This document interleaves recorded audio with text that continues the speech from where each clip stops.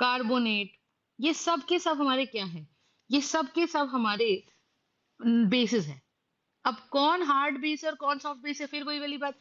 तो अगर मैं बोलूं कि फ्लोराइड, क्लोराइड, ब्रोमाइड और आयोडाइड की बात करें, तो हमें पता है कि न्यूट्रल फ्लोरीन से तो ज्यादा ही स्ट्रांग है फ्लोराइड, है ना। तो हमें ये चीज अच्छे से पता होनी चाहिए कि जो एनायंस होते हैं they are bigger than the parent atom, है ना।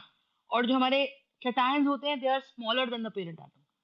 तो हम ये कह रहे हैं कि यार एफ से बड़ा तो एफ नेगेटिव है, तो एफ नेगेटिव इतना साइज में बड़ा है मान लो, और ये एफ नेगेटिव है, तो आई नेगेटिव जो है वो और भी बड़ा है।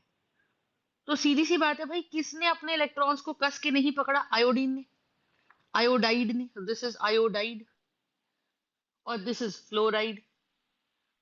तो फ्लोराइड ने कह रहा है जी मेरा साइज छोटा होने के कारण मेरा इलेक्ट्रॉन क्लाउड तो मेरे पास ही है, तो मैं अगर इसको बैटरी के पास रखूंगा भी, अगर एक एंड पॉजिटिव एक एंड नेगेटिव करूंगा भी, तो मेरे इलेक्ट्रॉन्स डेफिनेटली पॉजिटिव की तरफ जाएंगे तो सही, पर शायद से वो इतना पोलराइज नहीं हो पाएंगे। तो उसकी पोलराइज शेप ही मैंने अंदर बना दी।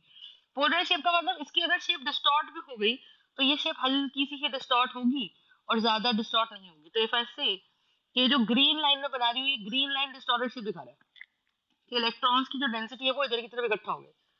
लेकिन अगर मैं बात करूं किसकी, मैं बात करूं कि भाई मेरे पास आयोडाइड है और आयोडाइड को भी प्लस और माइनस केस में रख दूं, तो आयोडाइड बहुत ज्यादा पोलराइज हो जाएगा और सारे इलेक्ट्रॉन्स के इस कोने में इकट्ठे हो जाएंगे और इस कोने में इलेक्ट्रॉन की डेंसिटी बहुत कम हो जाएगी। So this will be the area with less electron density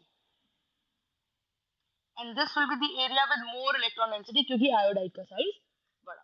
तो हम बोलेंगे क्या, हम बोलेंगे कि भाई मेरे पास जो बड़ा साइज का एनायन है वो सॉफ्ट बेस है,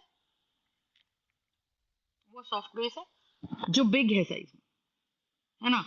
और जो हार्ड है, एक हार्ड बेस है, वो कैसा है साइज में? That is a small anion. फंडा समझ में आ गया?